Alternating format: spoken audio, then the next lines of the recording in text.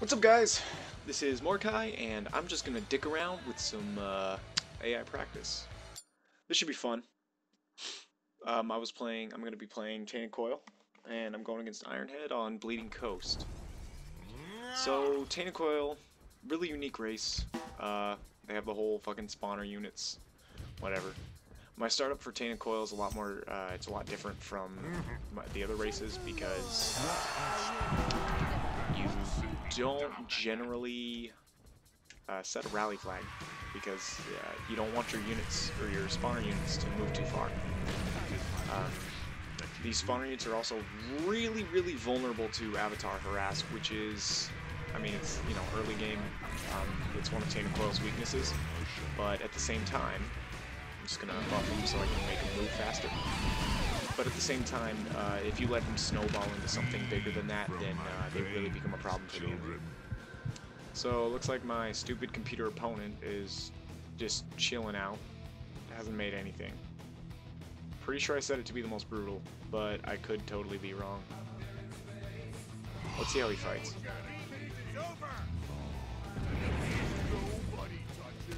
Oh boy. Okay, so he casts an anvil. As a reaction, I always summon the car. And that was taught to me by a couple of players like Kravis and a bunch of older players. Basically, if you get anviled and you are generally in a position where you think you're gonna get fucking destroyed, you want to summon your car.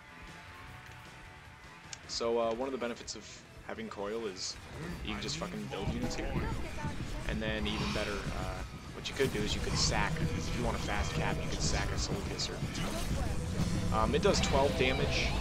A Soul Kisser double team does 12 damage, so you can take a leech in 2 Soul Kissers. So if you ever need to cap really fast, that's definitely the way to do it. So it looks like my opponent is actually teched up in lieu of making units, and this is going to be like a huge problem. So this will be fun. I'm gonna have my stuff get here really fast.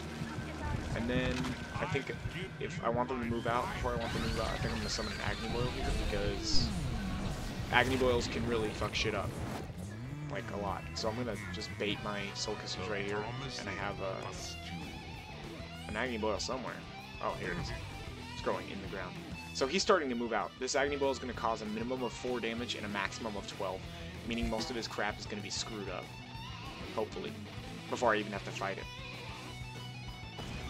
And that killed everything except for the Fire Barons, which will now go down like that.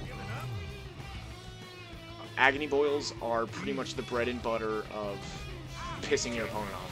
I'm going to be honest with you. I've lost a lot of troops to an Agni Boil. And what's worse is it's kind of invisible unless you can get close. So it's always worth it to check the pathing of your units. Now I'm definitely sure that I didn't set this to be brutal AI, because it doesn't look like it's putting up a fight. And here we got some more Fire Barons, so before anything goes down, well, I'll just get a free avatar kill. And my controller died. Oops. There we go. Where did the avatar go? Oh well. Just gonna fight, probably let this die. So I'm ahead in merch boots, and I did significant damage to his army. I'm not going to be sad if I lose any of these Soul Kissers, but what I want to do is I want to sort of maximize the damage. So I'm going to see if I can't double team with... Why in the fuck? Oh, my controller's dead. Well, that's fun. Better just plug it in. Yeah. I'm at the point where I don't even give a fuck. So, at this point, nothing is important. Okay. Here we go. So, like I said, I'm ahead, and I couldn't really use my Soul Kissers because my controller died, but that's okay. So he's massing Fire Barons. This is obviously good for me because Fire Barons don't do shit to buildings, and that's a damn fact. So I'm gonna just build an Overblesser. And, you know, it's hard to get a good advantage on these maps because, you know, there's only one uncontested geyser, meaning you can have a total of 3 geysers, or if you get really lucky and you steal one of your opponents, you can have 4. But generally, you're fighting on pretty even ground, and you have to really fight effectively if you want your if you want your advantage to just fucking be huge. So he's coming at me with a lot of Fire Barons, so what I'm going to do is I'm going to make a Superior Skull Raker. Now, I should be okay. I don't think these Barons are going to kill anything before the time comes, but I think just to be safe, I'm going to summon Tick Choppers. That Overblesser actually might die. It started healing now because of the Skull Raker, but there's a good chance it might die. So double teaming with this Skull Raker is going to help a lot because you can kill Barons in one hit. And I just... oh gosh. You can kill Barons in one hit because the Skull Raker does something like an immense, I don't know, a ridiculous amount of damage. And now that I have the help with the Tick Choppers, then, you know. So Overblesser has a healing stack now that it's pretty much invincible to most things unless you have a Metal Beast and like a Headbanger squad coming at it at the same time. So what I'm going to do is I like to go with several, like 2 Skull Rakers, and then I like to get a Divine Battle Nun, and then, ooh, 3 bases. And this is going to go down real fast. You know, the Skull Rakers are totally derpy. Oh, shit. So he died before he can, or he casted Anvil, but he died. So now I'm gonna make a Divine Battle Nun.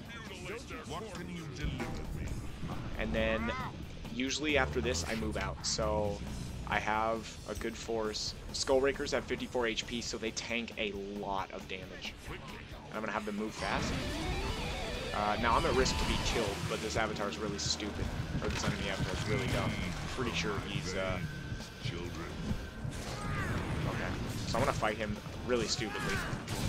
Okay, I'm gonna get the fuck out of here. I'm gonna die. I'm just gonna block. Oh shit. Yep, he killed me. That's alright.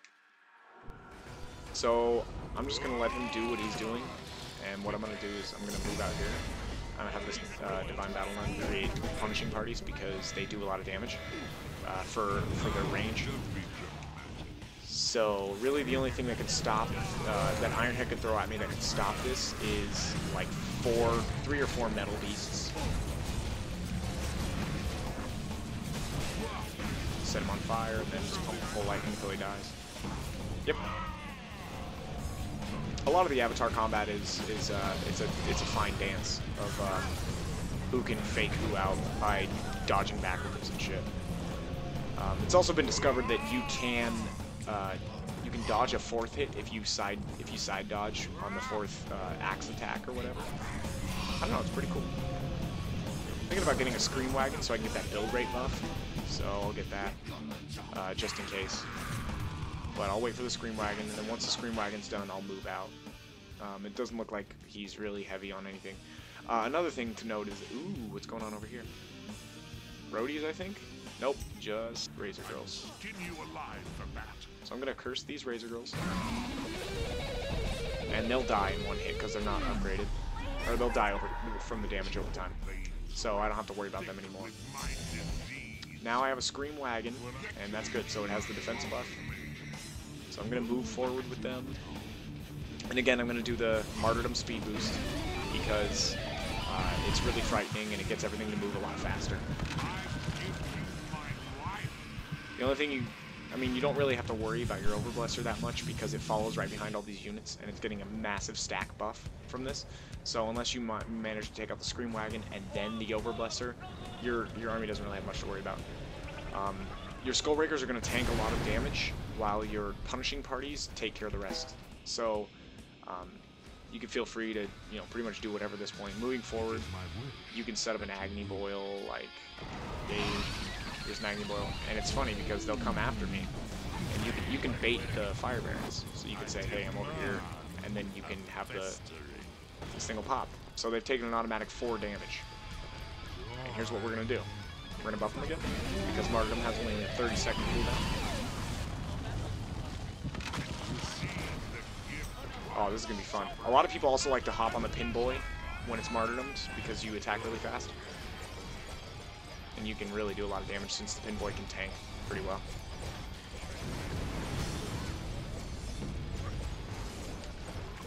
So I'm gonna buy Bleeding Death because I can. but also I'm going to get in the Scream Wagon, and I'm going to switch to the attack buff, and then the build rate buff. Okay, so now to the build rate buff, and things build unbelievably fast, so I'm going to build some, oh, maybe some Soul Kissers. Yeah, look at how fast these fuckers build. Really fast. So, never underestimate the build rate buff. I'm going to take this geyser because I can. Alright, and it popped before that. One thing you have to worry about is Diviculus has a really slow cap rate for his fan tribute solo. His is actually the slowest in the game. So if you're ever contesting a green geyser with another avatar who sees it as green, even if you start your solo first, Eddie's solo will beat you. I'm not sure if if Ophelia's will beat you, but it's definitely something to watch out for. So at this point, I've won the game. There's really no way that this guy can stop me. So I'm gonna, like, I can even afford to do something really dickish and kill my own units. So I'm gonna do that. Play the Launch of Death. And I'm actually gonna kill a lot of my own units for this, which is fine, because I'll just make more Skull Rakers or something. So I kill... Actually, I didn't kill any of my units. I think you can only damage yourself then. So I'm gonna buff. Oh, I only have 4 seconds. I have 4 seconds on that. So their stage is going down fast, but Martyrdom, and this game is pretty much won. Tainted Coil can really snowball into something that's really fucking evil, really, like, later in the game. And it's hard to stop it. It really is. I've had a lot of trouble with Coil myself, but hopefully that was kind of a good look into sort of how Coil plays. And, yeah, guys, thanks for watching.